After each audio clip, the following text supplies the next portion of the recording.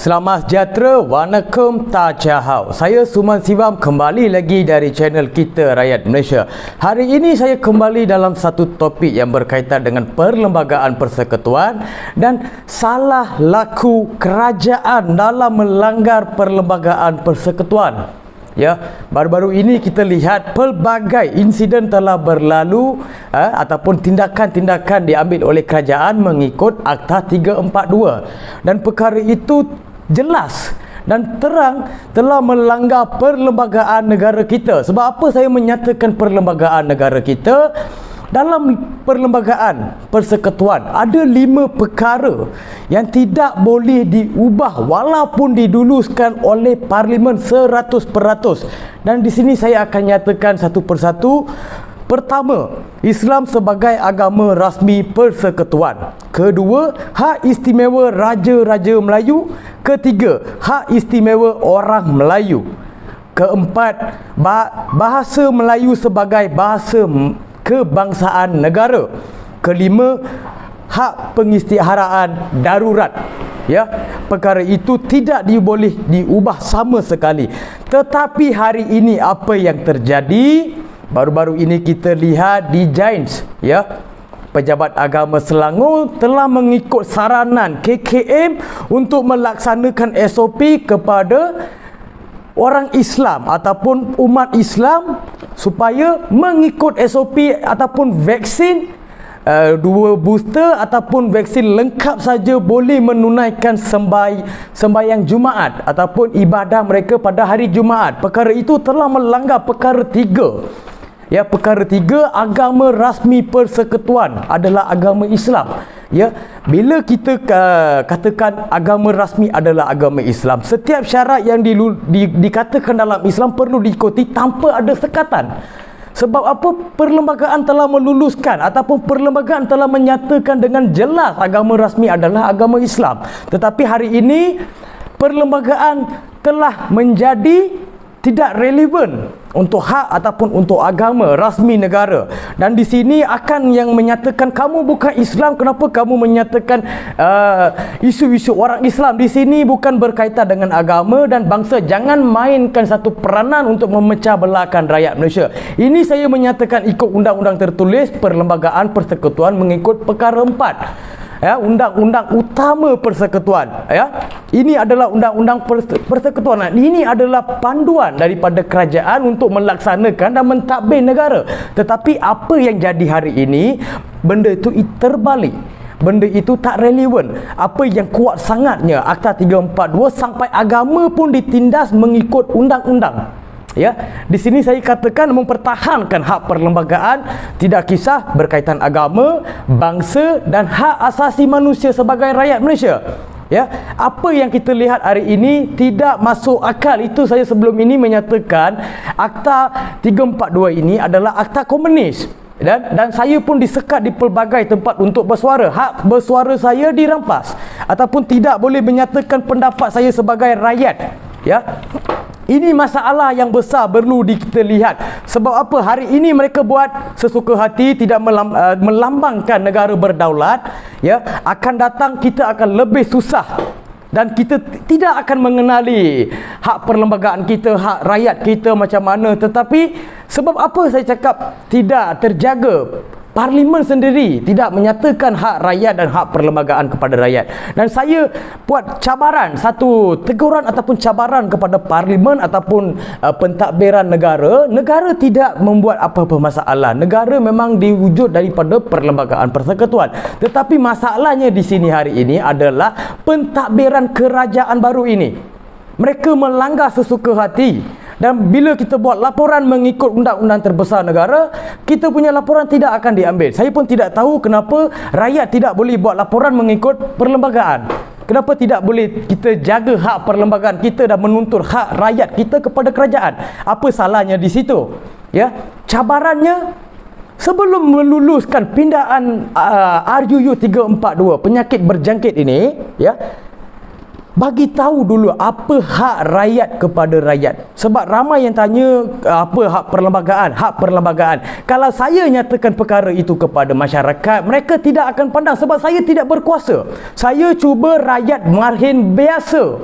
Saya bukan yang berpengaruh dan saya bukan yang berpangkat. Sebenarnya tanggungjawab itu diberikan untuk orang politik ataupun menteri-menteri dalam kabinet. Jelaskan dengan rakyat, fahamkan rakyat dengan cara yang betul supaya rakyat tahu. Tetapi hari ini mereka nak meluluskan Akta 342, mereka tidak menyatakan hak rakyat kepada rakyat, hak perlembagaan rakyat kepada rakyat, hak agama macam mana, hak bangsa macam mana. Itu kita kena akui ya. Saya dah jelaskan di sini, itu kita kena akui. Jangan mengikut sesuka hati untuk melanggar perlembagaan. Jangan main-main Tuan Baibi dengan perlembagaan persekutuan. Itu penting. Ya. Kita punya negara dibentuk dan berpandukan kepada perlembagaan persekutuan. Jangan sesekali nak melanggar perlembagaan, membuat sesuatu undang-undang sesuka hati. Ya, rakyat di sini berkuasa, masyarakat sini pun ramai dah sedar terhadap vaksin ini sebab kita risau masa akan datang vaksin ini akan jadi mandat kepada rakyat.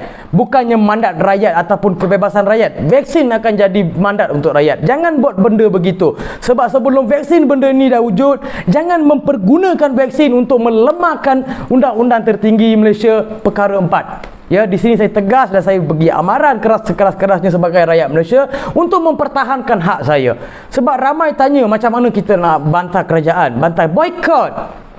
Bila kerajaan boleh paksa kita, kita sendiri sebagai rakyat pun boleh hasut. Apa salahnya kalau kita hasut menggunakan undang-undang? Kita bukan menghasut untuk membuat kejahatan, tapi kita menghasutan untuk menjaga hak anak cucu kita masa akan datang. Kalau hari ini tak terjaminnya perlembagaan persekutuan kepada masyarakat, masa akan datang pun tidak akan terjamin. Di situ kita kena mempertahankan agama kita, bangsa kita dan perlembagaan negara kita. Itu kewajipan sebagai rakyat Malaysia. Jangan berdiam diri. Hari ini mereka buat satu SOP untuk masjid, esok dia akan buat ke tempat lain. Ya, bagaimana kita boleh terima bila agama kita diusik ataupun syarat-syarat agama diperketatkan oleh sesuatu undang-undang yang tak menggunakan perlembagaan. Akta 342 hanyalah standing order, bukan satu tetap. Bila-bila boleh dipindah. Esok dia tutup masjid, dia robohkan masjid. Benda tu takkan kita nak berdiam diri lagi. Sampai bila kita rakyat nak mengikuti panduan-panduan kerajaan ataupun pemerintahan. Kita di sini ada agama. Agama pun telah mengajar kita untuk mengikuti apa-apa yang bagus. Kalau pemerintahan kejam, kita bantai. Dan di sini saya pun menyatakan, saya bukan lawan kerajaan. Saya cuma tidak suka dengan sistem yang kerajaan buat ini. Kucak-kacir dan tidak melambangkan pentadbiran menggunakan perlembagaan persekutuan. Dan di sini saya tegas sekali lagi, perlembagaan persekutuan adalah asas untuk pentadbiran negara. Jangan menggunakan kuasa untuk menyalahgunakan. Ya, rakyat perlu bangkit, rakyat perlu boikot seperti mana. Jangan keluar beli barang kerajaan, jangan pergi sana pergi sini, duduk rumah. Ataupun jangan memberi ruang untuk kerajaan memperbodohkan kita balik. Apa yang kerajaan buat hari ini adalah memperbodohkan kita, menggunakan undang-undang yang tidak sah, tidak boleh diterima. Seperti jenayah dia buat kita. Kita ni bukan jenayah, saudara dan saudari. Kita ni negara kemerdekaan dan kita pun ada hak asasi kebebasan kemerdekaan di negara kita. Sebab apa kita perlu akur dengan kerajaan ini? Sedangkan kerajaan boleh bertukar, tetapi perlembagaan tidak boleh dipindah sesuka hati. Tapi apa yang jadi hari ini, kerajaan baru datang, macam-macam masalah wujud pada rakyat. Sedangkan rakyat kita susah, sedangkan kita tidak perlu susah pun dari apa segi. Tapi hari ini kita susah disebabkan pentadbiran dan sistem dalam pentadbiran diubah-ubah sehingga rakyat tidak boleh mengikuti. Ya, jangan bagi peluang untuk kerajaan ataupun pentadbiran menindas hak rakyat. Senang nak boikot esok PRU 15, tak payah pergi undi. Jangan undi untuk kerajaan ke untuk siapa-siapa. Kita boikot. Sebab kerajaan paksa kita, kita pun boleh paksa kerajaan untuk mengikuti kita. Itulah cara. Jangan pergi undi, jangan bayar cukai. Boleh tak kita buat macam tu? Sebab kita paksa diri supaya tak bayar cukai. Boleh. Sebab apa saya katakan boleh? Bila kerajaan boleh paksa untuk kita mengambil vaksin ataupun buat satu paksaan terang-terang, tak ada yang halus dah sini ya. Paksa dia dah terang untuk murid, untuk budak sekolah, untuk anak-anak, untuk perempuan hamil, untuk rakyat Malaysia, semualah segala macam kita nampak di setiap hari. Setiap hari kita nampak di keliling kita realiti itu. Tapi kita perlu boikot secara terang-terang juga. Kita tak boleh berdiam diri sebab ini negara mandat rakyat, bukan mandat vaksin. Saya jelaskan di sini, kita bukan daripada mandat rakyat. Sebab itu kita ada perlembagaan untuk diikuti. Walaupun apa masalahnya timbul, kita perlu rujuk balik kepada asas atau pada asal balik. Tapi hari ini asalnya dibuang, undang-undang lain dimemertabatkan, iaitu Akta 342, iaitu Akta Komunis Moden. Ya, Akta Komunis Moden. Jangan kita ikuti sebulat-bulatnya, tak boleh. Ya, dan saya pun hari itu ada buat satu laporan, ya, buat satu laporan di pihak PDRM, dan saya akan bacakan laporan saya. Saya ingin saya bacakan, saya ingin membuat laporan dan cabaran kepada Akta 342, Akta Pencegahan dan Pengawalan Penyakit Berjangkit 1988, kerana telah melanggar keseluruhan perkara Perlembagaan Persekutuan bab 2, iaitu perkara 5, 6, 7, 8, 9, 10, 11, 12 dan 13. Saya buat laporan dan cabaran ini atas dasar perkara 4 Undang-Undang Utama Persekutuan. Laporan ini bertujuan untuk membuat siasatan dan kajian yang tepat mengikut perkara 66 untuk kemakmuran rakyat bersama.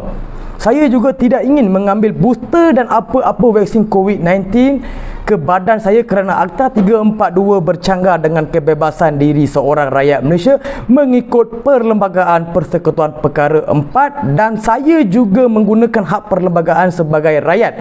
Saya juga tegas tidak akan mengikuti apa-apa seksyen dalam Akta 342 selagi Kerajaan Persekutuan tidak memberi jaminan dan hak perlembagaan saya sebagai rakyat Malaysia.